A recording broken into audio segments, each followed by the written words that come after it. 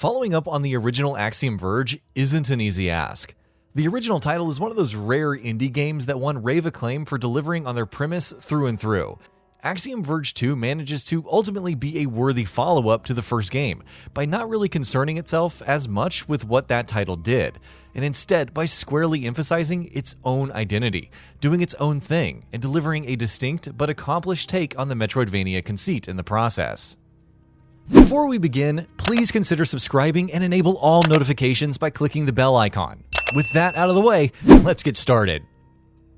The differences between Axiom Verge 2 and its predecessor, and indeed between it and many other games of this format, are apparent almost right away.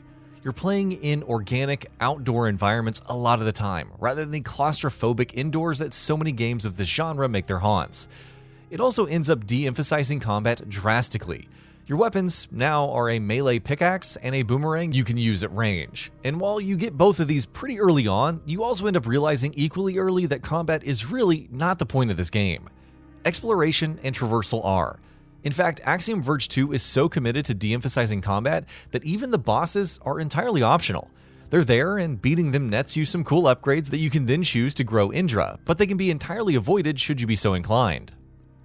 Making bosses optional is just one part of the concessions to accessibility and accommodating players of all persuasions that Axiom Verge 2 makes. There are also extremely granular settings to control the game's difficulty, from being able to control exactly how much damage your hits do to enemies, to how much damage enemies do to you. Axiom Verge 2 gives you the tools to define the experience and the challenge it presents to you. If you want enemies to be able to knock you out in one hit, then Axiom Verge 2 lets you do that. If you'd rather be able to explore the world without having to worry about dying and backtracking to lose progress, Axiom Verge 2 lets you do that too.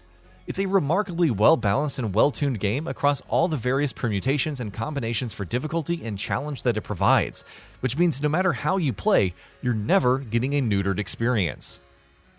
Axiom Verge 2 makes other concessions to modern game design too. On paper, you would assume these concessions could threaten to dilute the entire appeal of a Metroidvania game. For example, you always have a marker on your map showing you where to go. You always have a compass pointing you in the general right direction. You even end up unlocking a fast travel system that almost entirely takes the tedium out of backtracking.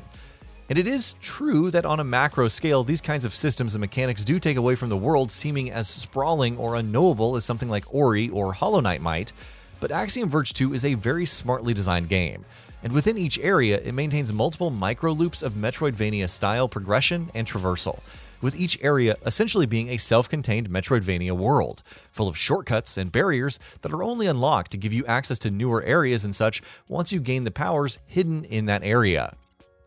These micro-loops of Metroidvania progression end up doing a wonderful job of recreating the highs of exploring and uncovering a world, while also never getting so daunting that they threaten to make a player lose their bearings entirely. You always know what direction to head to. You know that your exact location can be called up at any time. You even have the assurance of knowing that nothing in the world can hurt you more than you want to be hurt. This ends up freeing you from the stresses that a Metroidvania game can otherwise typically bring, and allows you to truly immerse yourself in the world and explore it bit by bit. And it is a world worth exploring.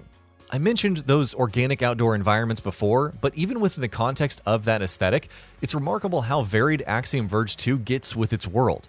From glaciers to deserts, from forests to caves, from mountains to waterfalls, and beyond.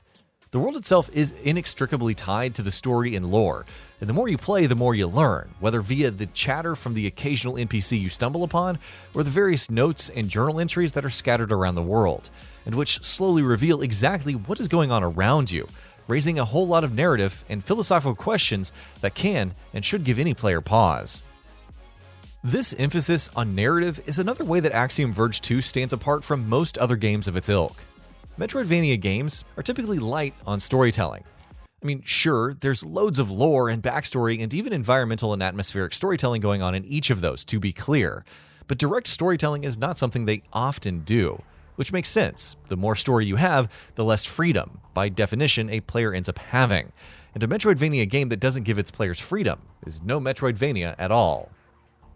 Axiom Verge 2, as mentioned, smartly sidesteps this issue with the whole micro Metroidvania loops. While it is true that your general direction and next objective is always known to you, the game also doesn't really mind letting you go off on your own and get lost.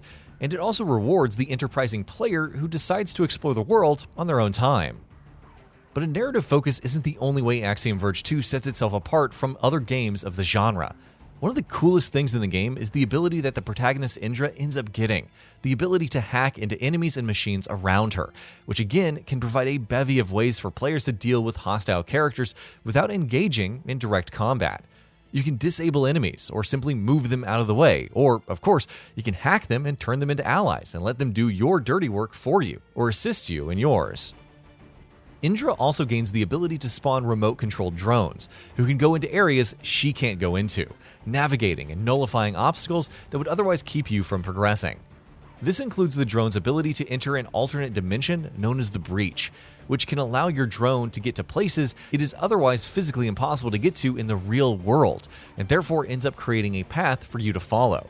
The Breach, combined with the game's non-linearity as mentioned before, ends up basically blowing the map wide open, and lends to Axiom Verge 2's world feeling like one gigantic traversal puzzle, something the best Metroidvania games achieve, though of course, they end up going about it in very different ways. All of this leads to a smartly designed and incredibly satisfying game, and one that's entirely different from most other games of this genre. Axiom Verge 2 does stumble, to be clear. The bosses, de-emphasized as they are rather straightforward encounters, lacking the panache and thrill that they might have in other similar games. For example, the combat feels less satisfying than other games in the genre, and the broader world design does lack that sense of labyrinthine progression that marks the best Metroidvania games. If you come into this looking for the sort of dizzying heights of world design that you can find in Hollow Knight, you're not going to find them here. Depending on exactly what you look for from your Metroidvania games, you might even be outright disappointed, in fact. This is a very different kind of Metroidvania title. The bulk of its Metroidvania progression is maintained in smaller doses, and the broader game is defined by a surprising narrative focus. But Axiom Verge 2 is trying to do its own thing. It's expanding the definition of a Metroidvania game, honestly. And the fact that we have a game that's as non-linear and expansive as this, while still being as narrative-driven as this, while still delivering the Metroidvania progression so many players love, makes it a truly great accomplishment in game design.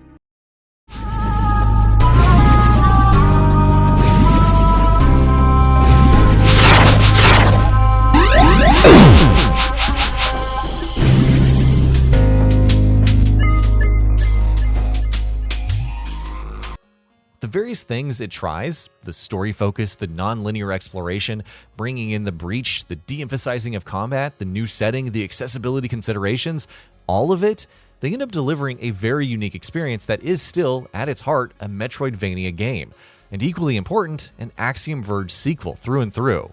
If you're looking for something different from the usual Metroidvania game, well, Axiom Verge 2 is the best place to start. So, what are your thoughts on this? Go ahead and share them in the comments below. And if you liked this video, please subscribe to the channel and enable all notifications by clicking the bell icon to get new video updates. We upload every day and would really appreciate your support. Thanks for watching.